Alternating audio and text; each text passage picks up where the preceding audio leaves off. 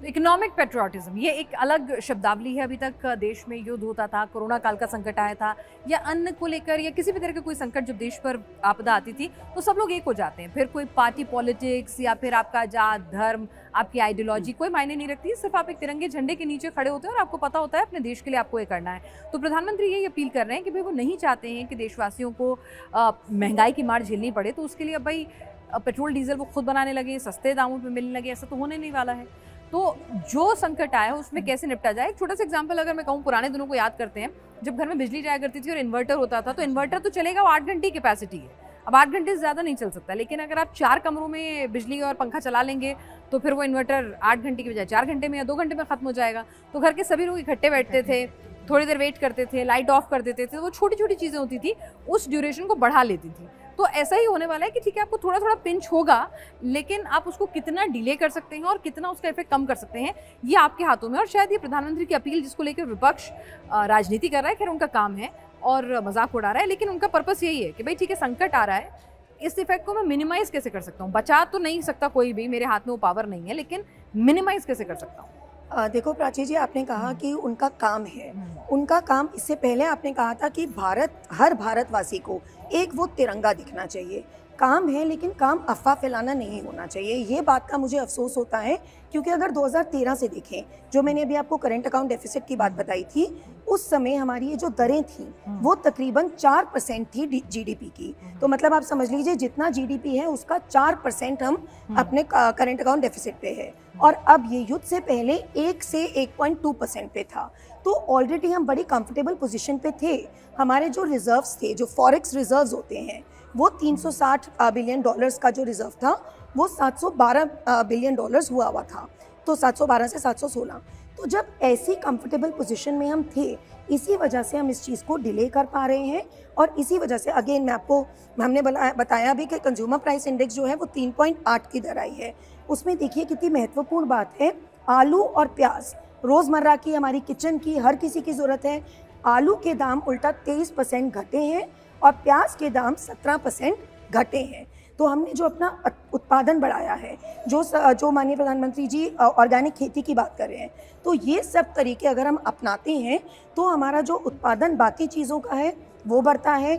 अलग कंट्री से हम तेल लेते हैं और अपना करेंट अकाउंट डेफिसिट बचा के अपने रुपए को गिरने से बचाते हैं। तो ये इकोनॉमिक पैट्रियोटिज्म दिखा के, और अगर अब ये भी खबरें आ रही हैं कि चाइना और ट्रंप और शी की बातचीत के बाद शायद होर्मुज खुल भी सकता है, तो शायद ये आर्थिक संकट जो हम अभी तक टालते आए हैं वो इतना बड़ा ना हो जितना अभी विपक्ष उसको बता रही है। ठीक है, एक सवाल ये भी आता है कि भाई अगर ये तमाम चीज़ें थीं, तो अगर हम ये क्योंकि ये हम जो ये करेक्टिव मेजर्स ले रहे हैं, अगर हमने 3 महीने पहले लेने शुरू कर दिए होते तो शायद अभी और बचत हो जाती, थोड़ा और हमें कुशन मिल जाता। विपक्ष को इससे भी आपत्ति है कि भाई आप इलेक्शन से इसलिए आपने नहीं किया, नहीं तो युद्ध शुरू हो गया था, आपको भी पता था कि आने वाला है, तो फिर आप थोड़ा और डिले कर लेते। अगर हम टाइमलाइंस को समझें तो युद्ध 28 फरवरी को शुरू हुआ। होर्मुज उसी दिन बंद नहीं हुआ था। होर्मुज को बंद होते होते जब ये बात नहीं आगे बढ़ी, ऑलमोस्ट युद्ध के 20 दिन बाद वो होर्मुज बंद हुआ। और हमारी जो तेल की है, नहीं तो हमें क्या फ़र्क पड़ता है, वहाँ ईरान लड़ रहा है, इजराइल लड़ रहा है, अमेरिका लड़ रहा है, मेरी सरजमीन पर थोड़ी कुछ हो रहा है। लेकिन ये जो होर्मुज बंद हुआ तब प्रॉब्लम्स आनी शुरू हुई। और तब भी ये लग रहा था, क्योंकि जब ईरान की तरफ से हुआ कि खुल जाएगा तो लगा था खुल जाएगा, फिर वो बाद में ब्लॉकेट की स्थिति आ गई। और ईरान से हमारे संबंध अच्छे थे, तो हमारे तो तेल फिर भी आ रहे थे जहाज़। तो इसलिए ऐसा नहीं है कि सरकार ने नहीं किया, पर सरकार नज़र बनाए हुई थी। स्थिति इतनी गंभीर नहीं थी, हमारे पास रिजर्व स्टॉक्स थे। तो इसके चलते सरकार ने सोचा कि पैनिक मोड में क्यों जाना, जब हमने डाइवर्सिफाई भी कर लिया। लेकिन अब जो 10 मई को था, कि अभी भी लग रहा था कि पीस डील फाइनल हो जाएगी, लेकिन नहीं हुई।